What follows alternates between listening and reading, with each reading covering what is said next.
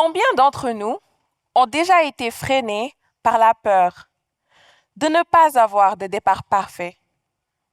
Abandonner une idée simplement parce qu'elle n'était pas assez bien? C'est mon cas. En fait, c'est comme si chaque idée que j'ébauche me paraît incomplète, pas assez ambitieuse, pas assez parfaite. Alors, je planifie, je prévois, je calcule, je perfectionne dans ma tête. Et pendant que je crée ces scénarios sans fin, le temps file en silence et l'action, elle, se fige. Voyez-vous, tout commence très tôt.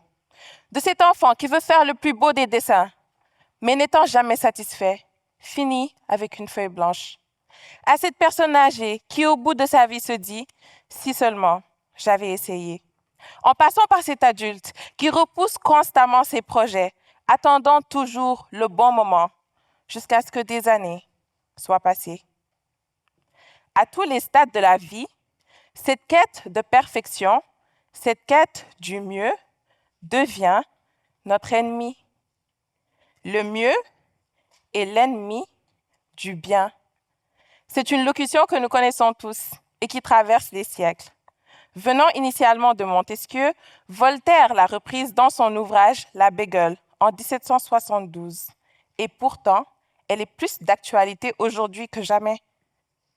Vous conviendrez avec moi qu'entre la recherche de l'excellence et l'obsession pour la perfection, la frontière peut être très mince. Et même s'il est vrai qu'on nous dit souvent, pour encourager la qualité dans le travail, que ce qui mérite d'être fait mérite d'être bien fait, cela ne veut pas dire qu'il faille poursuivre un idéal insaisissable sans fin. Comme vous le savez, l'innovation ne vient pas de l'attente de la perfection, mais plutôt de l'expérimentation.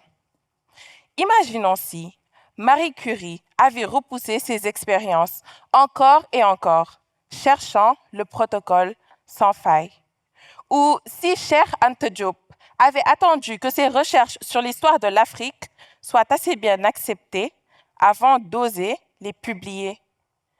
Si chaque chercheur, chaque auteur, chaque artiste, chaque innovateur s'était dit « ce n'est pas encore assez bien », mais où en serions-nous aujourd'hui? Pensons au mythe d'Icare, qui nous montre parfaitement comment notre obsession pour le dépassement de soi peut nous consumer. Comme Icare, attiré vers le soleil, malgré les avertissements, notre société valorise la quête incessante du mieux, du meilleur, de l'excellence sans limite, souvent au détriment de notre propre bien-être. Que ce soit dans le monde du travail, où le surmenage mène à l'épuisement professionnel, ou dans les études, dans lesquelles cette quête de perfection pousse souvent à la procrastination, ou encore sur nos chers réseaux sociaux, où l'on nous projette cette image parfaite de la vie, créant en nous une pression insoutenable. Nous nous perdons dans une poursuite irréaliste. Cette quête de perfection nous éloigne de l'essentiel, l'audace de commencer. Accepter que tout ne soit pas parfait parce qu'au final, la clarté naît dans l'action, dans le fait d'essayer, de commettre des erreurs et d'en apprendre. Alors, et si au lieu d'attendre, on commençait? Si cet enfant traçait un trait sans l'effacer? Si cet adulte entamait ses projets, bien qu'imparfaits? Et si cette personne âgée n'avait pas à se dire « si seulement », mais plutôt « bien heureusement ». Nos échecs d'aujourd'hui sont les racines de nos succès de demain. Alors, que choisissons-nous?